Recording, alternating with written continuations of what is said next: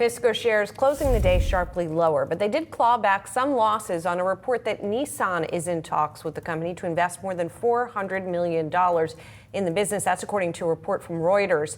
The EV maker reporting weak results yesterday, issuing a going concern warning and saying it will cut 15% of its workforce. Fisker CEO Henrik Fisker is joining us now. Henrik, first of all, thank you so much for joining us. Obviously, you have a lot on your plate right now, so we really appreciate you taking the time.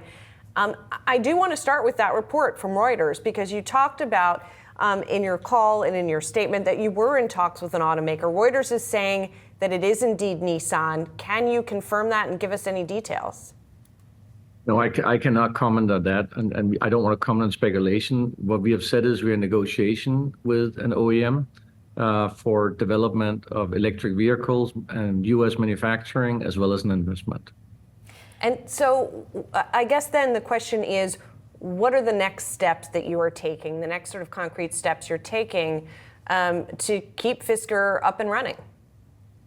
Well, what we are doing is we are pivoting into a dealer model where we are able to reach many more customers around not only the U.S., but also Europe.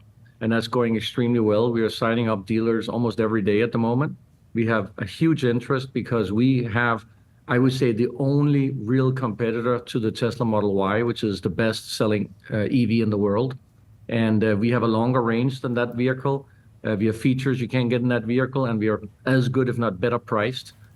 So I think our dealers are really excited to finally get a competitor, to also get an EV from an independent EV maker, because so far all the dealers have been sitting about 10 years looking over the fence to see how other EV makers, new EV makers, are selling direct to consumer. So I think they're very excited to get our vehicle.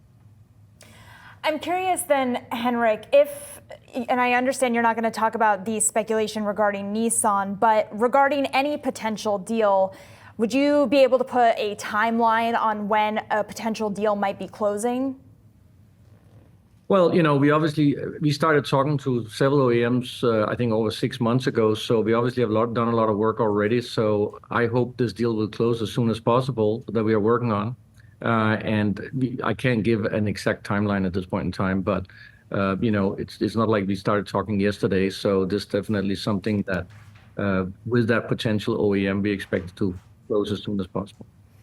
You all are targeting production of 20,000 to 22,000 vehicles of those Fisker Oceans this year. I believe the fourth quarter production was just under 4,800. Can you give us any kind of update on what your first quarter has looked like thus far in terms of production? So we are, we don't have production issues like many other startups, because we have a contract manufacturer, Magna Steyr, and they are able to produce, if we want, 50,000 or 70,000 vehicles. So what we are right now going out with is a forecast of deliveries. And if that forecast turns out, or if it turns out that we can sell even more vehicles, and we actually have some dealers actually were a little concerned that we have enough vehicles for them.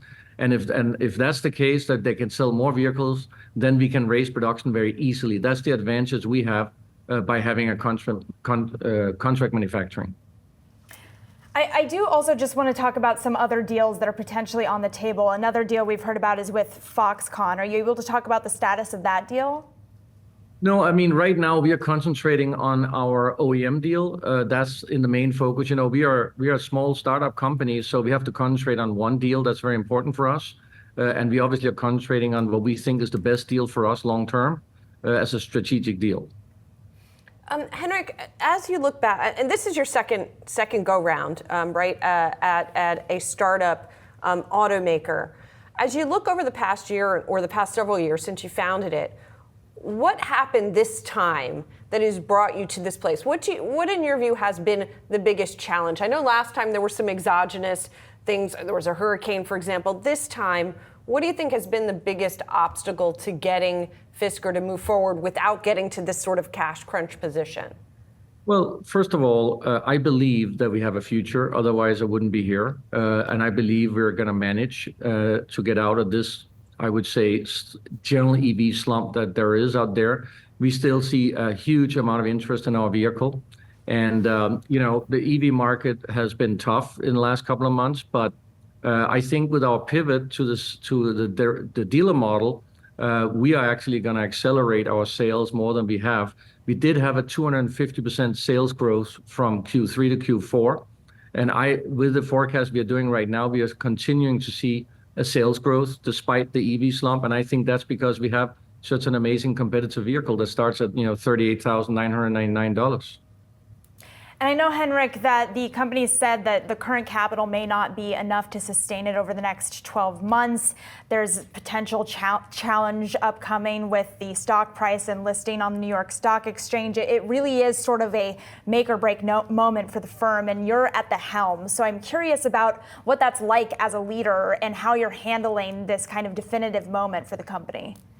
Well, I don't think it's a definitive moment. I think that this is based on obviously a concern going forward where you're projecting, I think, a certain scenario. I think what we are doing and what I'm doing is accelerating our dealer sign up, basically getting more and more dealers in quicker, which we are doing.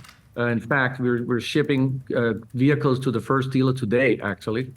So we have done that incredibly fast. We announced this end of January. So I've already 17 new dealer points, amazing, and we expect to have 50 by the end of this quarter.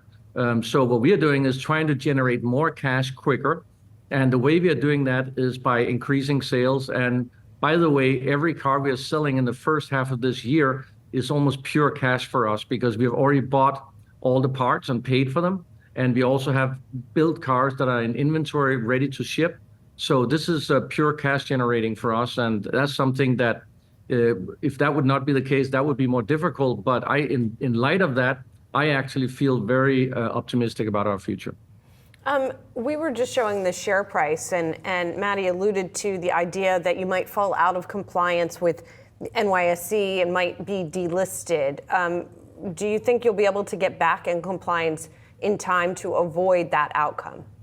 Yes, I do believe that. I mean, first of all, we have 6 months to do that, but I also believe what we have on the plate in terms of our dealer signs up, in terms of potential OEM strategic deal, all these things will happen way before we get to that point. So I'm very confident, and I believe that our share price will go up. In fact, I think they will do it already next month. Henrik, look forward to catching up with you as you continue this journey. Really appreciate, again, you taking the time. Thank you very much.